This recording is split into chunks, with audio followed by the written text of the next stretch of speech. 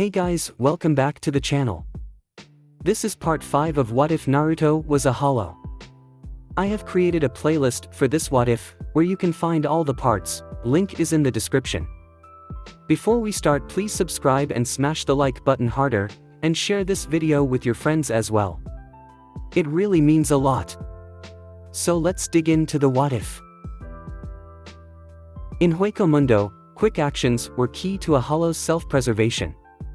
The slightest amount of hesitation, the slightest amount of moral doubt could get you killed, because no hollow would ever hesitate goring through you in nothing more than a bloody attempt at finding food. That was Furumo's greatest folly. Moralism had absolutely no place in Mundo. It's do or die, and Furumo's generous regard for the hollow species is what had got him killed. He believed hollows were better than they actually were. He believed Naruto was better than he actually was. That was what his dream was centered around. Naruto didn't have that sort of moral obligation. He was bound by no one, and nothing other than his twisted hatred for Konoha and the Shinigami. But that ridiculous dream that Furumo's had, by some crazy coincidence, some of their past had coincided with each other, and it all come down to two things: experiments, and the Shinigami. Naruto wasn't stupid. He knew that with every hollow's attitude, it would be next to impossible to form any semblance of a working society. But, with him going to destroy the Shinigami, he might as well take their territory for Mundo as well, so it would be mutually beneficial if he did something like that. And, lying and saying he wouldn't fulfill it, well, Naruto just called that his punishment for attacking him in the first place. In some twisted way, Furumo's dream may become true, he just never would see it come to fruition or know that it would. No one would ever remember Furumo's the Ajuchas, who had had a great wrongdoing done against him by the Shinigami, and who had a big dream, in such an unforgiving world. He had never left his mark on the world, like he wished he would. Naruto, on the other hand, well, his time was just beginning.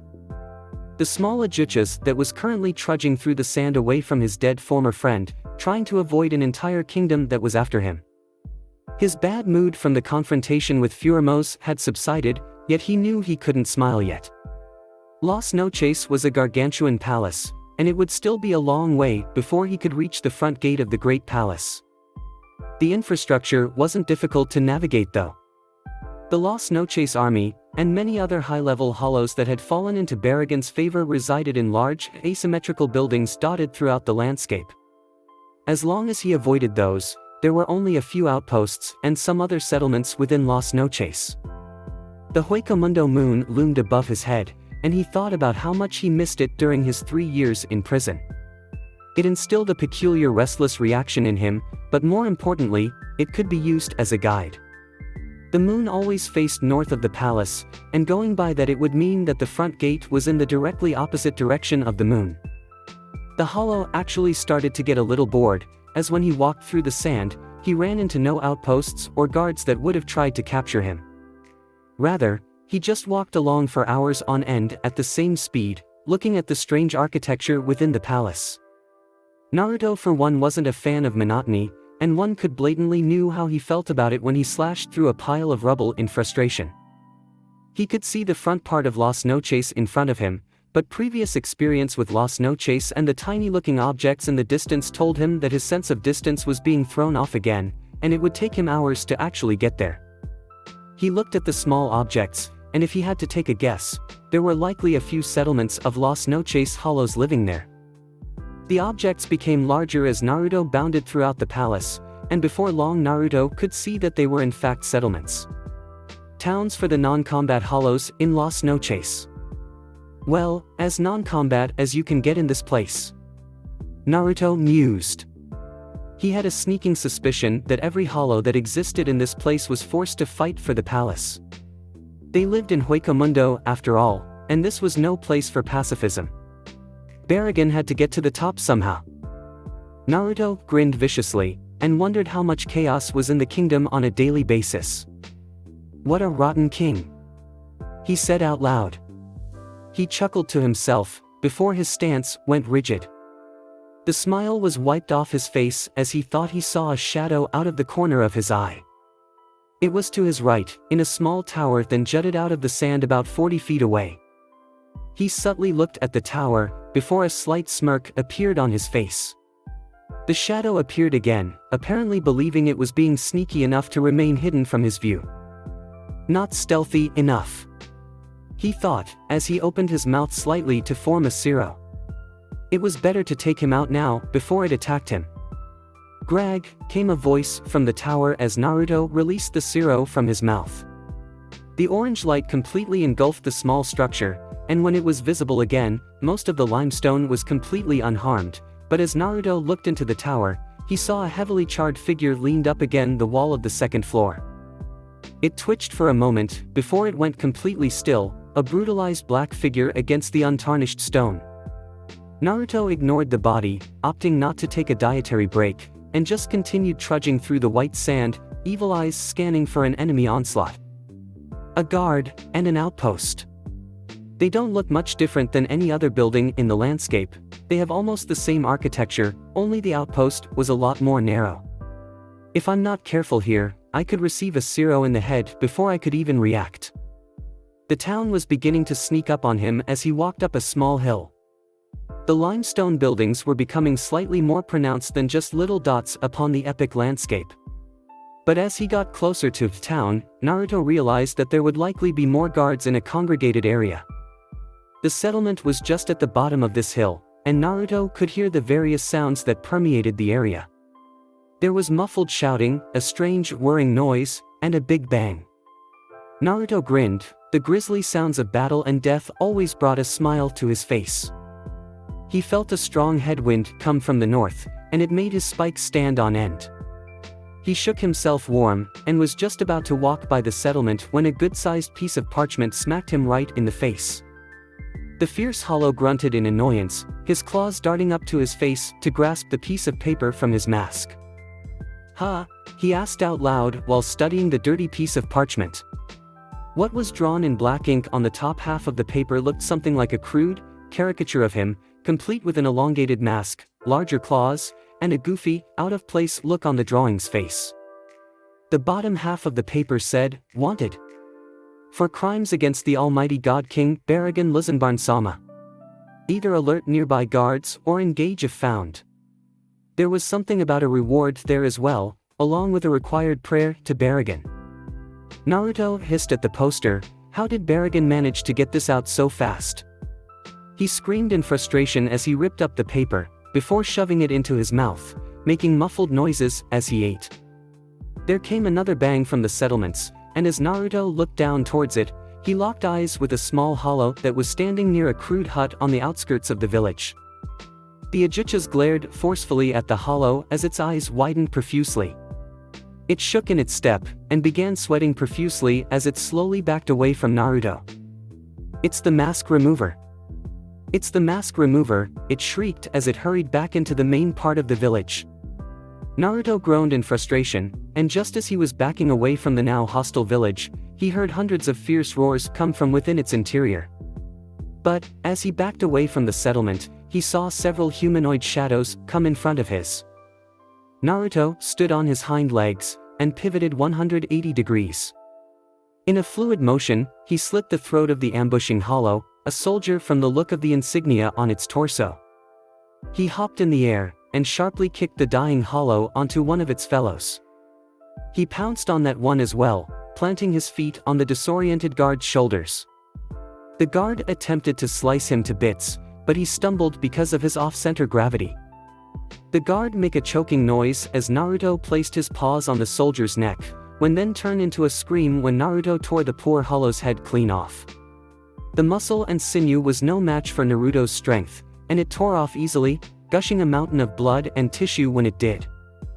Naruto vaguely heard another soldier shout something at him, but Naruto jumped off the body just as the offended guard fired his zero at Naruto.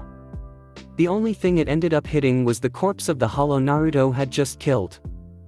Naruto's ears twitched when there came a small rumbling coming from the village behind him. It sounded kind of like footsteps.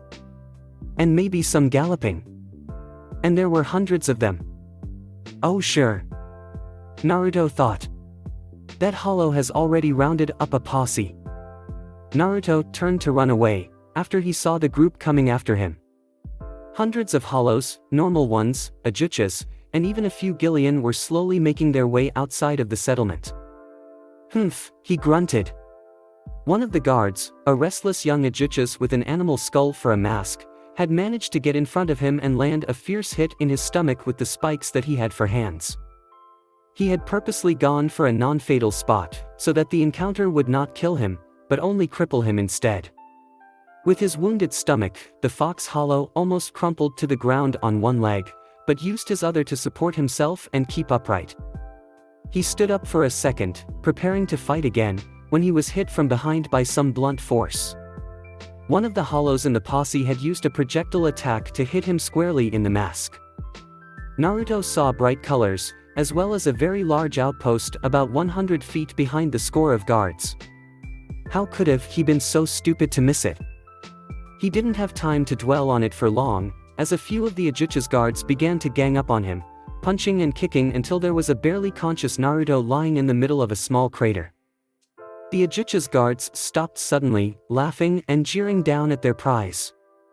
They were going to get Baragan-sama's reward for capturing the fugitive. The bleary Naruto looked up at his captors. His world was spinning, and in mind he saw hundreds of them, all the same, looking down on him with those contemptuous glares of theirs. He opened his mouth to say something snarky, but all that came out was some choking and gargling noises. The last thing he saw before he blacked out were some iron shackles. When Naruto awoke, the first thing that bothered him was the lack of the Huecomundo crescent moon. He didn't know how long he had been unconscious, nor did he know the place where he had been taken. The look of the architecture was a clear giveaway that he was in fact still in Las Noches, but other than that he didn't know his position. It was a very large room, colored both light blue and turquoise. In front of him, there was a large, ornate doorway that led out to a long hall. And 2 guards were flanking the doorway, looking at him smugly. He didn't want to stay here, but he knew that if he tried to leave he would have to engage those guards, causing a ruckus and probably more guards to come. There were no windows, though some artificial light was filtering in through the wide doorway. As Naruto put his feet on the tiled floor, he noticed he was sitting at a long, turquoise table, with tall, narrow chairs that had to have some level of importance. There were 4 big chairs on each side of the table, and 2 chairs at the foot of the table, one of which he was sitting in, his quadrupedal appearance making it quite uncomfortable to sit in the chair. He looked directly forward at the head of the table, only to see the 11th chair completely turned around. Naruto wrapped his front paws on the surface of the table. Despite its grand size, the room he was in was surprisingly sparse. There was nothing inside this room besides the long table, and there were no decorations or furnishings on it. The room was completely silent for a moment as Naruto stopped wrapping his claws against the table, but soon after there came a noise from the opposite side of the room, like someone or something clearing their throat. "I was wondering when they would capture you, boy, and look at that. My soldiers managed to locate you in such a short amount of time. I'll have to give them a little reward for all their hard work," came a voice from the head of the table. "I've got it. Now, I'll only make the guards who captured you pray to me 18 times a day. They have proven their worth, and as a reward, my divine image is now slightly closer to their comprehension." Naruto heard an arrogant laughter come from the head. "And then, there's you, boy. The one Ajuchas who had caused me much humiliation and rage after your little episode in the arena. You should count yourself lucky as well. Under normal circumstances, I would have sent you out to the slaves' camp for you to be tortured and work for the rest of your miserable life. But no, you have caused my greatest tradition such a humiliation that you need to be dealt with in a more special way." The massive head chair turned, and Naruto watched stonily as Baragan came into view, a skeletal grin upon his face. Naruto sneered. "Your arena wasn't exactly the most secure thing in the world. Any moron could have broken out of it," lied Naruto, remembering just how difficult it was and how lucky he had been to break out. Baragan never lost his grin. "Tell me something, boy, do you know what this palace is made out of?" asked Baragan. The random question took Naruto for surprise, and when he shook his head, Baragon grinned wider. You seem to think that's it made of marble, but that's certainly not the case. You see, the parts of this palace other than the sand is made up of one thing. Hollow bones. Naruto's eyes widened. You get it now. Every portion of this palace is made from the bony remains of all my slaves, enemies, and armies that I have captured. I like to keep my enemies close to me, see, and so I have grafted all of them into my living space so I remember all the crimes that have been done against my godliness. Naruto laughed. You're a rotten king. He repeated. Baragon leaned forward slightly. You have no right to say that after what you pulled in the arena. All you did was be exceedingly cruel to my vassals. And let's not forget that ridiculous dream of yours, he shot back, trying to get an edge on Naruto. I remember you telling me it when you were here, groveling with that group of hollows. That was the reason you wanted to join my army, because you thought that if you were a part of it, you'd have a better chance of destroying the Shinigami. But now, all of your comrades are dead, and you sit before me captured, ready to face your death. Tell me, how do you plan on achieving that goal now? Baragon expected a negative reaction, anger most likely, but was very surprised to see Naruto fold his hands across the table pensively, smiling slightly as he did. His breathing slowed, and Baragon's smile fell from his skeletal face. Naruto tapped the table several times with his sharp claws, creating a quiet musical beat with his fingers. He leaned back in his chair, looking at the guards in front of him, as well as noticing several behind them outside in the hall. He sighed, and finally spoke. It means nothing. So what if my comrades are all dead? They were weak, falling under the hypnotic spell of Furimose. I could never truly call those hollows my comrades. And Furimose himself, well, he betrayed me shortly after we left the arena, so he ceased being my comrade the second he attacked me from behind. As for my dream, Naruto faltered for a second, before it said it with renewed confidence. You won't stop it. I'll escape from this place, and do it alone if I have to. The Shinigami and Konoha will be destroyed, no matter what the cost. Baragon rose to his feet, sarcastic laughter bursting forth from his lungs. Like you'd be able to do it alone. There are many hollows out there who resent the Shinigami, and dedicate their whole lives to seeing them destroyed. But your dream is the most ludicrous thing I've ever heard in my long existence. The God King pointed at Naruto. Listen, this Konoha place, do you really believe you'll be able to destroy it alone? Even if you became a Vasto Lorde, that wouldn't happen. There's at least one Shinigami guarding every major human town in existence, and even if you're able to kill that one, Sarate will be on your ass with backup before you're able to destroy it fully. The only way you'd be able to destroy it is if you're a king, and you use your military power to sweep the place in a matter of minutes. Naruto was about to say something, but Baragon cut him off. And what's more, there have been kings that wanted to do something similar to that. Ones that want to rule Huecomundo, and then launch their armies on Soul Society. But, their plans never get past the first step. Do you know why? Asked Baragon rhetorically. No, said Naruto warily. It's because they get too wrapped up in their own greed.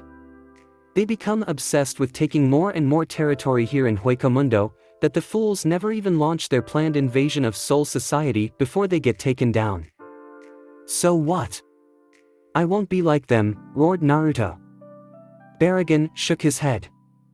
You're a fool to not realize it beforehand. You ant.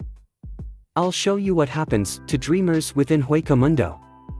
With that statement, Baragon reached inside his robe, and pulled out a long, thin yet sharp battle-axe that the king had been hiding before. Gran Kata. This will be your executioner's blade, and it's one that had rid the world of many lofty dreamers such as yourself. I won't even need my Respira for an Ajuchas like you. Naruto rose to his feet quick as a flash, readying himself for a fight. I wonder if I can get my Kavas off on him. Or maybe I can use another Ryatsu-based attack to get him on defense. Either way, this isn't going to be an easy fight. Baragon pointed his axe to ground, preparing to initiate the fight.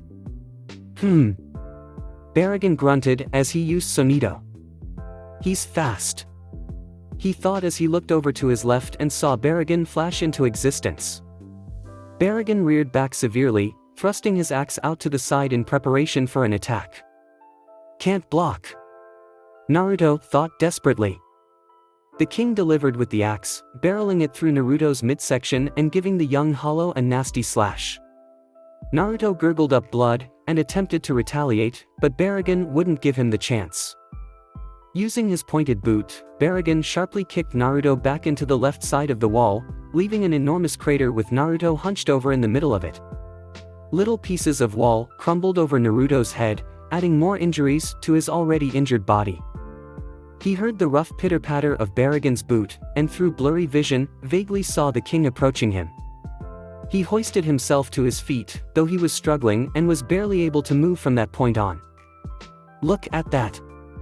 You have such big dreams, yet you are so weak. Someone such as you could never hope to destroy the Shinigami. You're just a normal Ajuchas, destined to be eventually eaten, and not one who will evolve into Vasto Lorde status. I'm going to become a king. I will achieve my dream, and also make a kingdom, far greater than yours could ever hope to be. He wheezed, and although he was beaten and stuttering, he said the statement with pride, and with absolute certainty in his success. Baragon made a breathing noise, and the two were silent for a moment, until Baragon raised his foot and roughly kicked Naruto straight in the head with it. Naruto cried out in extreme pain, before hitting his head against the wall and falling unconscious. Baragon swung back his axe again. Bang! The Hollow King stepped away from his axe, which was embedded in the marble directly above Naruto's head. The cogs were turning inside the old Hollow's head, thinking of Naruto's previous words and the meaning behind them. He said he was going to be a king, with a kingdom far greater than his own. And he will achieve his dream that way. But the real kicker was the way that this young Hollow seemed to be challenging him. His guards were rushing up to him, questioning why he wasn't killing the little fox Hollow, and also proposing to do it themselves. Quiet, you ants! I'm thinking, he roared, and the two Hollows stood as still as a statue, their postures shaking and their faces sweating. One of them was slightly relaxed, so he was slapped into shape by his partner. Baragon forgot the humiliation this fox had wrought on him in the arena, and focused only on what he had said earlier. If this kid became a king, imagine the threat he might pose to his kingdom. That, in essence, was a good thing to Baragon. The other rulers around Huecomundo had been surprisingly reserved lately, and his kingdom hasn't participated in a battle in almost 40 years. God's mercy will let you go free this time, fox. Just try to create a kingdom as good as mine, and we'll see how far you get in this little game. I'll accept that challenge, and if you somehow do manage to create your own kingdom, then I will personally crush it right then and there. In a glorious battle of death, destruction, and depravity. My status as a god will increase yet again, as will my territory due to dreaming fools like yourself. Baragon whispered to the unconscious Naruto, so only he was able to hear it. Hey, you ants over there, he spoke up to his guards. This little piece of trash isn't worth killing. Carry him outside the palace and throw him in the sand like the garbage that he is. But, don't kill him, understand? I want him to live every day of his life knowing that he was shown mercy by God. Baragon ordered. The guards saluted forcefully at exactly the same time, walking over to the crater and none too gently hoisted the unconscious Naruto into the air. The two waddled out of the room with their cargo, trying to mentally prepare for the long journey to the gate that awaited them. Baragon grinned sinisterly as they left. I'll meet you again on the top of the world, kid. That is the exact time when you will die. It took the two guards nearly 2 days to reach the front gate of Las Noches. And that was with their quicker-than-human speed. Even the foyer near the main gate took almost an hour to traverse, but after that, the landscape gave way from the strange architecture to quartz trees. As soon as that happened, the two guards swung the unconscious, wounded body of Naruto, and tossed him into the sand outside of Las Noches. He landed sprawled out on the ground next to a tree, his arms and legs spreading far apart from each other. The two guards wiped their hands clean, as if they were trying to rid themselves of Naruto's presence. One of them, a more intelligent-looking hollow, spoke to the unconscious hollow. "You have been saved by the mercy of God, little hollow. Don't say it was luck that got you out of this alive. You will have to spend the rest of your life dwelling on the fact that you are now indebted to His Highness." The less intelligent hollow jeered, offering to take his own barb at Naruto. "And don't expect to be given mercy twice. If we ever see yo ugly mug round here again, now even His Highness's grace will save you that time. Keep that in mind." The two hollows laughed uproariously one last time, before turning to head back into Las Noches. Naruto was left alone in the sand, friendless, wounded, and trapped in a cold, cruel world. In life, if you asked Hatake Kakashi what he thought the afterlife was, Soul Society would be the furthest answer from his mind.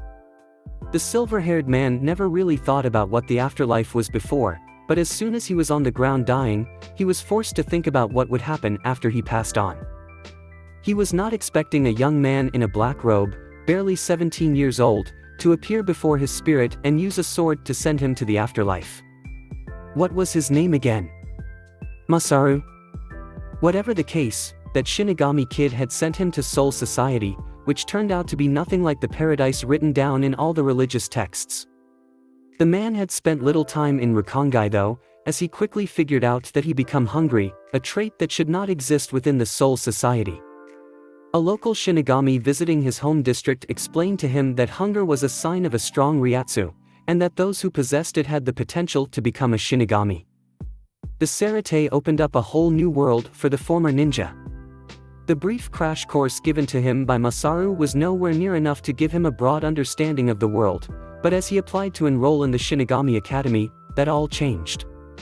He finished up the Shinigami Academy in 2 years, being a natural genius to this field of work just like when he was alive. He learned many different things, all about the hollows, the swords of the Shinigami that were called Sanpakuto, and of Soul Society itself. He was entered into the always prestigious Gotei 13 immediately after he graduated, into the 5th Division. It was fitting, of course. Shinigami in the 5th Division were always known for their use in Kido, and Kakashi had taken to Kido like he had to ninjutsu. He got his first taste of a hollow soon after, and quite frankly it had disgusted him. Those beasts used everything at their disposal to get their food, and Kakashi was left with a nasty scar as a reminder of his first battle in the afterlife. He unlocked his Shurikai in record time, and because of that, rose straight up to the 8th seat of his division within 6 months of being a part of the Gotei 13. Being a seated officer was a whole new experience for him, as now he had the chance to interact with the higher ranks whom he had never interacted with before. And one of those individuals came as a great shock to him. Flashback. "Kakashi?" questioned a voice, its tone sounding slightly surprised. It was Kakashi's first day of being the 8th seat, and he already had to deal with more responsibilities and duties. He was on his way back from the 5th Division's office, where he had just finished up organizing documents that the captain had assigned him to. Kakashi was confused at the sudden voice, and as he turned around to address its owner, his breath hitched in his throat, and he struggled to form a coherent sentence to say to this particular individual. Even standing in the same Shinigami robes as everyone else, the shock of spiky blonde hair instantly gave this man away. Namikaze Minato, the 4th Hokage of Konohagakure, had become a Shinigami. His gaze mirrored Kakashi's shocked glance, though there was a little bit of happiness in it. "Sensei." Kakashi stuttered. The silver-haired man's emotions were a whirlwind of change. Ever since his death, he had earnestly hoped that his old comrades and dead loved ones would be somewhere in Soul Society, and he had hoped to reunite with at least one of them at all costs. But, due to the vast expanse of Soul Society, he didn't believe that he would ever run into one this soon, or that there would be any that would have become Shinigami. Kakashi's breathing quickened, and it increased even more when Minato his old student into a one-armed hug, signifying that he was indeed real. "Sensei, you're a Shinigami as well?" he asked. He returned the hug with his own, cementing the bond that the two men once had. Minato released Kakashi, smiled at him from arm's length away. Yeah, been here ever since I died 19 years. The Shinigami saw great potential in me, and I completed my time in the academy in just 1 year. I've been the third seat in this division for the past 5 years. I've never been so thrilled to be working as a seated officer for this division. But, enough about me, I'll have to tell the others that you're a Shinigami too. Kakashi held his hands up in front of him, in a representative gesture that this was too much for him to take at one time. Wait, there are others from Konoha here? Minato laughed. Oh yeah. Everyone's here. Tsunade, Jiraiya-sensei, the old man, Rin. We're all a tightly knit group here in the Sarate. I figured that you would become a Shinigami as well, and Rin has been patiently waiting for your arrival in Soul Society. End flashback. Kakashi smiled as he remembered that day, as it had been one of the happiest moments in his life. His old comrades, all Shinigami, and fairly talented ones at that. Immediately after they had finished their work that day, Minato had immediately taken him to see the rest of his comrades in life, and he was pleasantly surprised to see that there were quite a few of them. His old sensei explained to him that because they were former shinobi, and had at least some experience when using a type of spiritual energy, that they were much more likely to become Shinigami than a normal human. To his fear, however, none of his younger comrades were present in the group. That meant one of two things, either that they were still alive, which is what he hoped, or that they were killed along with Konoha's fall, and they had just never reunited with them. He had made his concerns known to his old sensei, but the man just laughed it off. Kakashi sighed. He was confident that his son was still alive, maybe even leading Konoha as the next Hokage. He didn't know, none of them haven't been back to Konoha in about a year, even though they knew it was back on its feet again. He had reintroduced him to all the comrades he hadn't seen in years, and how they were all faring since their deaths. His old teammate Rin was there, and she was first person he visited. She died at the tender age of 18, but despite having a relatively short period of time under her belt landed at the 4th seat of the 3rd division. 2 of the 3 Sannin were here as well, and thankfully it was the 2 that were actually decent, sometimes, people. Jiraiya finished the academy in 2 years, and was just recently promoted to the 7th seat of the 9th division. Tsunade was well noted for her prowess in the medical field, and was drafted as the 6th seat in the 4th division. The Sandaime was placed in the most prestigious division of all, and quickly fell under Yamamoto's favor to become the 4th seat in the 1st division. Lastly, there was Ozumaki Kushina, who formed probably the best husband and wife team in all of Sarate. She rose to the 3rd seat in the 3rd division, being of the same rank as her husband. Kakashi smiled. Times were good. He was supposed to meet up with all his comrades again soon, as they had formed their own Shinigami association, but first he was supposed to meet his sensei professionally right now. He opened the sliding door to the 5th division's barracks, knowing that this was where sensei was supposed to meet him. Kakashi suppressed a laugh as he entered. Minato was sitting at a desk with a giant stack of papers in front of him and an annoyed look on his face. Even in death, it seemed that a Hokage could never defeat his sworn enemy, paperwork. Minato's face brightened when he heard Kakashi enter the room, eager to get away from all the paperwork. Kakashi greeted him warmly, like he did on a regular basis, and Minato stood up from his chair to address him. Good afternoon, sensei. Good afternoon to you as well, Kakashi. I have good news for you. Hirako Fukutaicho has presented that to the Central 46, and we both have an appointment with them that he's personally going to accompany us to. Minato said, a wide, giddy grin showing itself on his face. Kakashi's eyes widened substantially, before he smiled his patented eye smile. They've really considered it. I knew the captain would never let us down. If we can get the Central 46 to agree to this, imagine what good will be done in the future. This could mean a turning point for both the human world and the Sarate. Kakashi exclaimed. Minato fluidly agreed with him, but his face took on a more serious glance. The appointment is tomorrow afternoon at 4 o'clock. We need to be dressed in our finest robes, and give a speech so great that they'll be unable to refuse. We only have one shot at this, Kakashi. The Central 46 won't accept the same thing twice. Kakashi nodded, his old professional instincts rapidly kicking in. Hirako Fuku Taicho will be alerted of the time they want us there via Hell Butterfly. We must be in the vicinity so that he may find us, said Minato, as he glanced at two unranked Shinigami pass him by, likely being done with work for the day. Kakashi left the barracks that day nervous, pleading for the Central 46 to open their hearts and accept their new proposal. Hirako Shinji was a young Shinigami, who was never known to be one who listened to authority. That being said, even he couldn't deny that the Central 46 was the supreme law of the land. If there was anything to be done in Soul Society, it was most likely the work of that infallible court system. So, when those two subordinates of his brought to him that crazy proposal of theirs, Shinji knew that the only way that was ever going to pass was if the Central 46 took action on it. Even the Sotaicho couldn't pass a ruling like that. He had to admit though, it wasn't a bad idea. It would be a shame for it not to pass, in order to ensure future members of the Gotei 13. But Shinji knew it wouldn't be that easy. The Central 46 was made up of stubborn old fools, proud of the stagnant old ways of the Sarate, and unwilling to listen to anything that might change those things. People often said the Central 46 was judicial, but Shinji didn't see that honestly. Once a person is accused of a crime, the Central 46 judges them with such bias and harshness that there has never been a not guilty ruling in the history of the entire establishment. Thank God they weren't that harsh when it came to passing a law. Which, by the way, the Central 46 shouldn't even be doing in the first place, considering that they're not supposed to be a legislative body.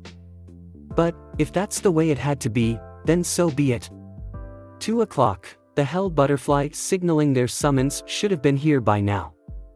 Shinji walked over to his desk and sat down quietly.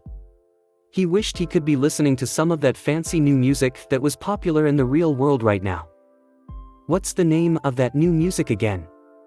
I think it's called Baroque or something, muttered Shinji absent-mindedly. He rubbed the back of his head, and didn't even notice the Hell Butterfly fly right into his window.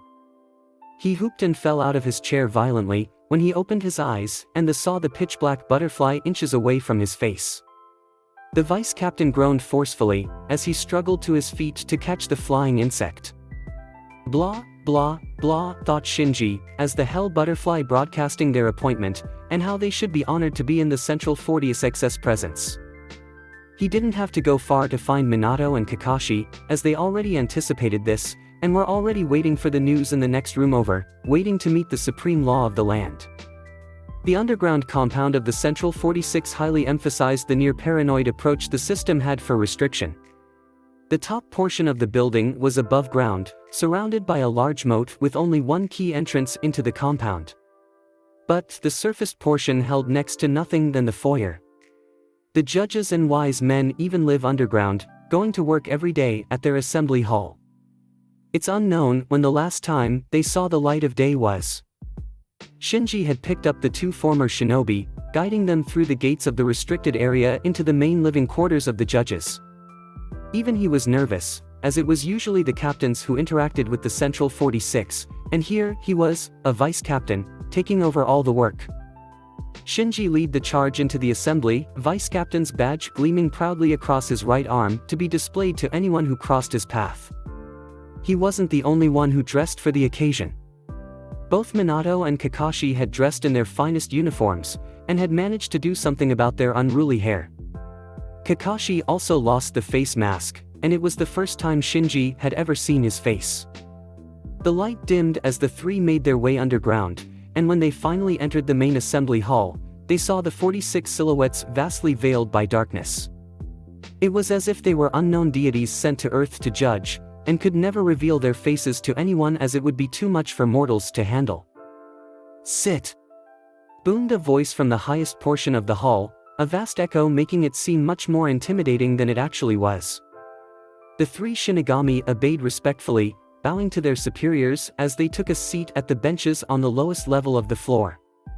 The 46 men and women surrounded them from all sides, making it feel like they were being judged instead of proposing a law. This was it, thought Kakashi. these people hold supreme power over all of Seoul society. This one-branch, oligarchical system was the only way to get something passed as a law. This political entity could make or break laws, without anything to balance out its power. There came a shuffling of papers directly ahead of the trio, where the 6 wise men had taken proceeding over the entire appointment. We've all read the proposal for this law, but I think you should explain in full detail why you believe that we should pass this. What you're suggesting could cost quite a lot of manpower to keep going, in addition to all the advanced technology cost. Minato was fully prepared for something like that to happen, giving a speech despite the paper explaining the entire proposal. He stood up from his seat, taking more initiative to talk than Kakashi. The reasoning behind it is simple. You may not know this, but Kakashi and myself are from that village that is mentioned in the paper. And, we're not the only ones who came from there. Ever since our continent has been advancing, more and more former shinobi have been admitted into the Shinigami ranks. Minato paused in his speech for a moment, and he heard some slight murmuring coming from the group of judges. "What's your point?" asked the same wise man who spoke to them before. "I'm inclined to believe that former shinobi are much more inclined to have suitable Ryoryoku to become Shinigami than normal humans. If you don't believe me, every one of us in our association have become seated officers in the span of about 20 years. However, ever since the Hollows have discovered our little continent, due to our superior genetics, our village will become much more likely to become subject to Hollow attack. We've managed to avoid this before because of our relative anonymity, but I've recently heard of a Hollow attack 3 years ago that killed 12 humans and 2 Shinigami." More murmuring. "What we're proposing is more protection for the village of Konohagakure no Sato. Despite our deaths, the will of fire still burns within us strong, and we will not allow our beloved village to be destroyed at the hands of Hollows. We request that more Shinigami be sent on standby to the village, and protected at all costs to ensure its survival and future members of the Gotei 13. You do realize that you want us to give unequal treatment to the humans, and place Shinigami in your village when they could be off somewhere else protecting another city or village." This sentence threw the 3 Shinigami for a slight loop. They didn't expect the Central 46 to say something like that, but it could be easily remedied. "We're not that selfish. We want our village to be safe, but we don't want to deprive other people of protection if it means that our village will be safe. If we didn't know that more Shinigami would be coming out of Konoha, we wouldn't have proposed this idea in the first place." Minato raised his voice. There came a slight humming noise from the desks of the judges. If what you say is true, then that single soul killed by a Hollow could have been a captain. But, we're not going to pass this law just yet. We'll need firm proof on your theory before we take action on this. You must show us that there really is a higher chance of becoming a Shinigami if one was a shinobi in life. Unfortunately, ever since a certain incident, we cannot use our scientific institute for this. We will send word to the 4th Division IAHEL Butterfly to run some tests on your association." A firm bubble of happiness rose in Minato and Kakashi's stomachs, and both smiled brightly at the judges. Shinji, on the other hand, just sat there quietly at the desk, casually watching the proceeding without making any judgment on it. But, as soon as the court made that ruling, the vice captain stood up from the desk, and with a quick bow to his superiors, walked out the door without a second thought. If there was one person Minato thought would be waiting for him outside the Central 46 compound, it would have to be his wife, Ozumaki Kushina. So, even though he half expected her to be sitting on the side of the wall patiently, he still embraced her warmly as if he would have never thought of that at all. Since the two had died together, the couple was fortunate enough to receive their konso at the same time, as well as live their afterlife together. But the days that went by missing their son grow up were painful indeed. Kushina herself never seemed to get over that they would likely be separated forever, and when Minato told her of his theory, her face brightened like he had never seen before, knowing that when Naruto became a Shinigami they would finally be reunited. Minato smiled softly at that. That's right, when he got here. His son would come to Seoul society eventually, and when he did, both he and Kushina had faith that he would be the finest Shinigami they had ever seen. Kushina, the blonde-haired man cried as he hugged her warmly. Even in death, Ozumaki Kushina looked as if she had barely changed. She was clad in the standard black Shinigami attire that everyone wore, though unlike many others, looked as if she hadn't aged a day since her death. Her ridiculous long red hair still went all the way past her knees, and she left it long and visible, even though she tied it into a super long ponytail before combat. The woman laughed, knowing that such a warm embrace meant good news. Before Minato released her, she grabbed his collar, and pulled the surprised Minato in for a long, chaste kiss. Minato didn't fight back, suddenly preferring the behavior. "So, tell me the good news," she said eagerly when the married couple finally pulled away from each other. Minato grinned at her casually. "The Central 46 has opened up to our proposal far easier than we expected. The only thing we have to do is prove that former shinobi have a greater Ryuryoku than normal people. They've sent a Hell Butterfly out to the 4th Division to run some tests on the members of our association." Kushina's smile dampened slightly at those words, but she couldn't deny that things were invariably working in their favor. "The others are waiting to hear about this big proposal that you and Kakashi have covered up. You promised them that you'd tell them as soon as you were done with your meeting. Are you going to tell them that they have to go through a bunch of medical tests as well?" she said, some sternness entering her voice. Minato waved his hands in front of his face. "Don't worry, I'll tell them. I wanted this to be a surprise, but somehow I think that we're all going to be doing medical testing will put a damper on that." Kushina glared at him playfully. "What was your first clue?" she asked sarcastically. Minato thought the group took the news surprisingly well. Before they all went and beat the shit out of him for putting medical tests on them. But, nevertheless they complied to it, as the proposal was too sweet of a deal for them to pass up. Ever since they had died, every single one of them had to put up with thinking whether or not the village was safe. It was an aggravating experience, to say the least, but now they wouldn't have to put up with that anymore. Of course, now here they were outside in the 4th Division's waiting room, all of them sending a death glare over in his direction. Kushina was the only one to not finish being tested, and all the others had marks to prove that they were already done.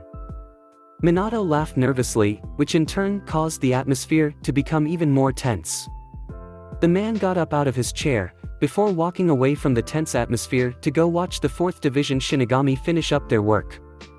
He touched a portion of his arm, feeling a slight stinging course through it.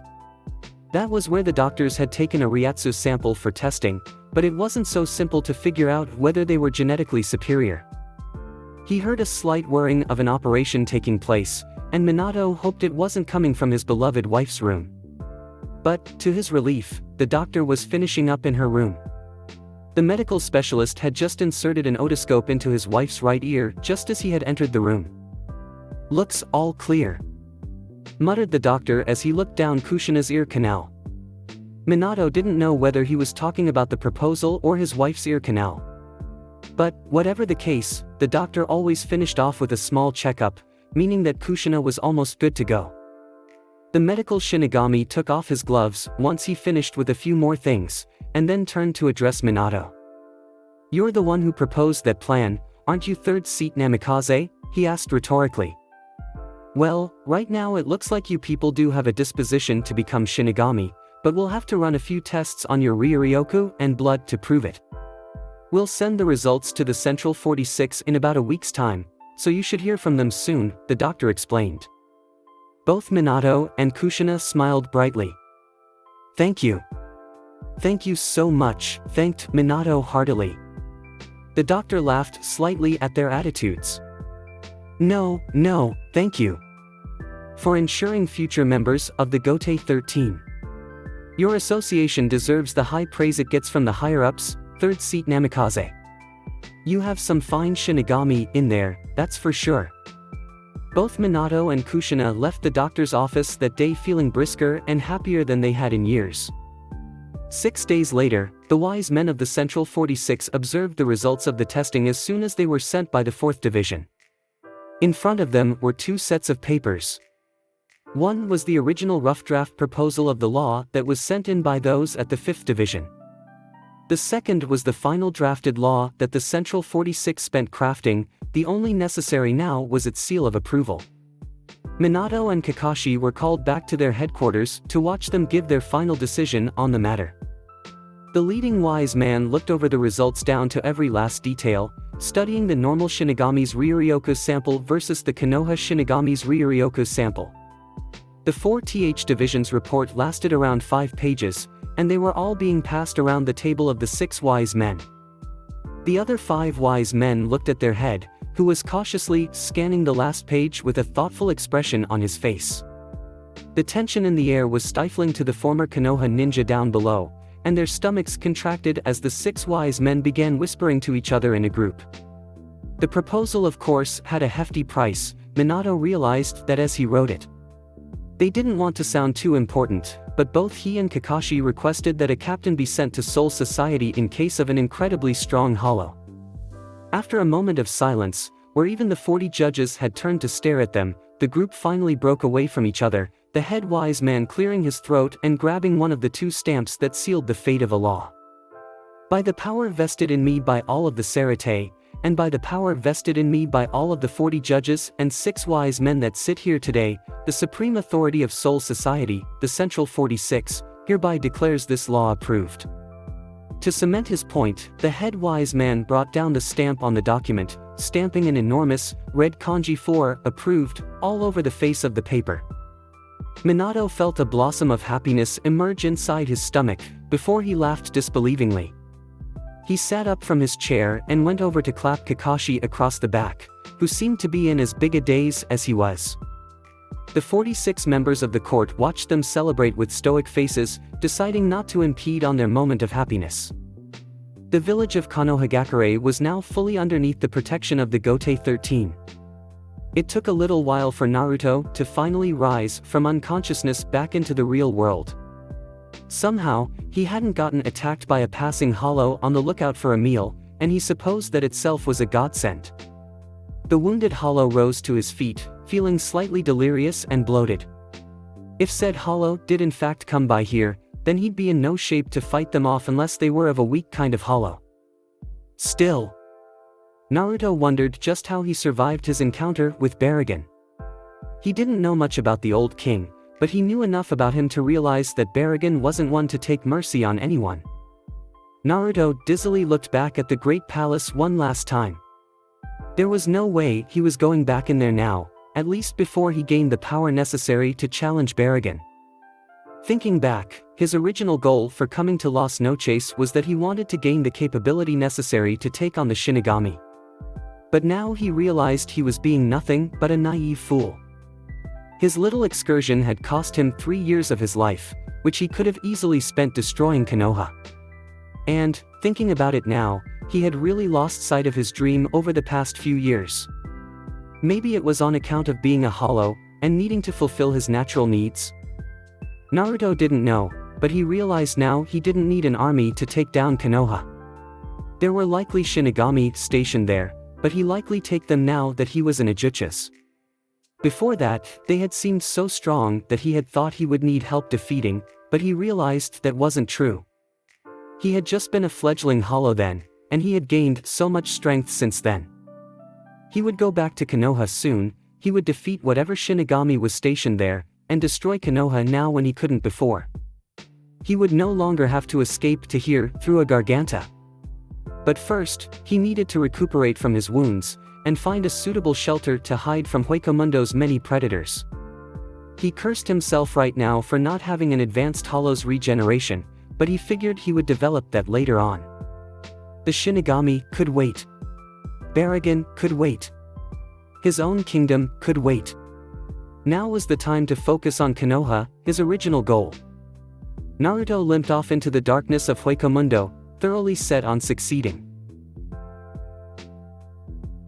So this was it, for this part of the What If. Thanks for watching, I hope you enjoyed. If you enjoyed this What If, and want to see next part of it, comment down below and let me know. And also subscribe to this channel for more awesome content. See you in the next video. Peace.